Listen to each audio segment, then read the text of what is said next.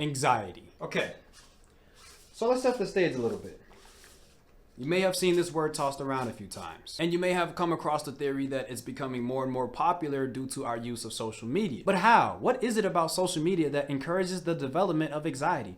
What is the literal inner mechanism that connects doing this on our phone to anxiety? I got in my research bag, and what I found was some shit. I feel like people who hold cups as they speak come off as more relaxing. Are you relaxed? Depression.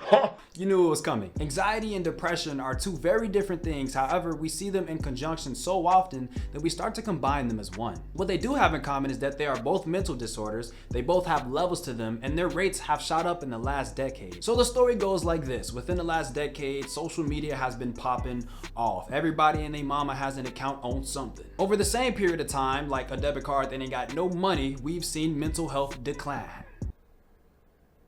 Get it? Like, when the debit card ain't got no money. These graphs represent just that. Within the same few years, we've seen the very obvious skyrocket of social media, which matches the incline of depressive rates among adolescents. From 1999 to 2017, the suicide rate among young girls has tripled. More social media, more anxiety and depression. In a few, I'll go over the literal mechanisms that explain how scrolling through social media could develop anxiety and depression. But first, what do these graphs prove? We're looking at a case of correlation versus causation. According to Dr. Google, correlation is defined as when two things have a mutual relationship, but not like when you and your partner are putting the same effort into a relationship. Shout out to all my healthy couples. Correlation, for example, is in the wintertime, shovel sales rise, as does the number of ice skaters.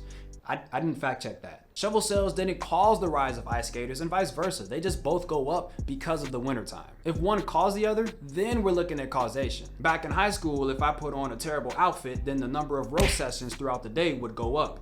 One event caused the other. That's causation.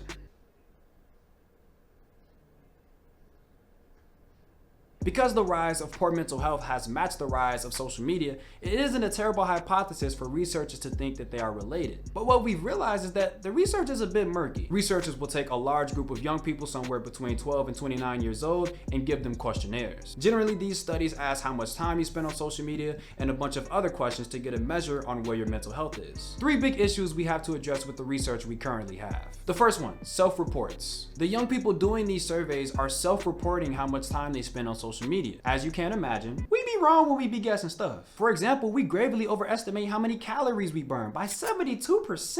I would stop caring about calories if I were you. Episode 4 of Fat Lab coming soon. The second issue is that we're measuring something intangible. It would be great if we could just smack a high-tech helmet on somebody's head and that joint automatically detects anxiety and depression, but we don't. What we do have are brilliant psychologists that understand the mind and are able to curate questionnaires that give us rational results. Even with the best questionnaires in the world, the most we can do from a logical, scientific standpoint is say that social media may contribute to anxiety and depression. We're doing the best we can, but what we're measuring just isn't straightforward. It's not clear cut, it's dynamic. By the way, dislike this video if you ain't getting anything out of it, but if you're still here, what are you waiting? Point number 3, incongruent results. We just aren't on the same page. This review study listed studies with a bunch of different results. For example, one defining the harmful connection between social media and mental health, and another stating there is no damn connection. The researchers who sorted through these studies stated there is positive evidence for the link between social media and mental health, but the opposite has been reported. Is my knuckles ashy? And this right here is interesting. Research on how we interact with our phone in general, regardless of social media, is also mixed into the conversation. The problem with this is now we get more generalized results regarding our phones, period, when what I do on my phone may look radically different than what you do on yours. The good thing is that researchers are aware of this issue, as this study stated, look man, measuring screen time ain't working. Our results are all over the place. It's time to switch it up so we can more accurately reflect how young folk are actually using their phones. Okay. Given the lack of evidence to make a strong case for social media's relation to anxiety and depression, why did we point it out as the villain? Voice over Johnny, my guy, my main man. Could you please point out what the researcher said regarding this question? Some have suggested that each generation is able to easily find fault in the next and that panic around new technologies is expected. It's also possible that we're on the money and there is a serious connection between social media and mental health, but the scientific community has simply not caught up or kept pace with new technologies in ways that allow us to capture the true impact and measurable effects. Hey, what you been on, my boy? You smooth? Long time no speak. How you feeling, man? What's up? I'm filming right now. Oh, you filming right now?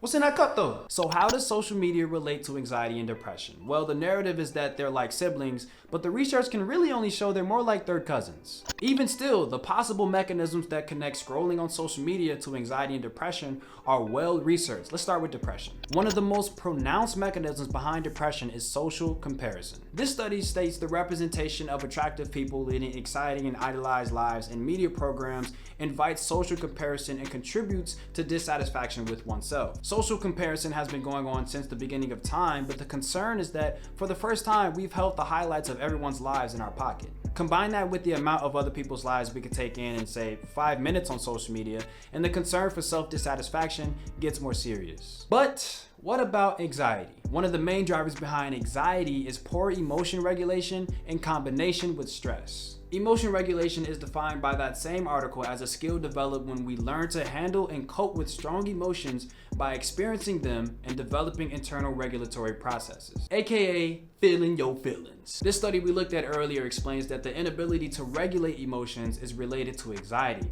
but it's not like social media is the only thing we go to avoid emotions. So the concept of emotion regulation is universal. This applies to everything. What makes social media unique is that not only are we detached from our emotions when we open these apps, but we are bombarded with the heaviest issues of the world and everyone else's emotions. Social media elicits emotion. Toss that in with bad emotion regulation, and it isn't surprising we're having trouble regulating our own thoughts. You can improve your own emotional regulation and awareness and be able to assess yourself regardless of what any research says. How do you feel when you're scrolling through social media? How do you feel when you put your phone down? Once we recognize those feelings, we can then figure out how to proceed with our use of social media. With that being said, you can find me on Instagram at no lab coat required.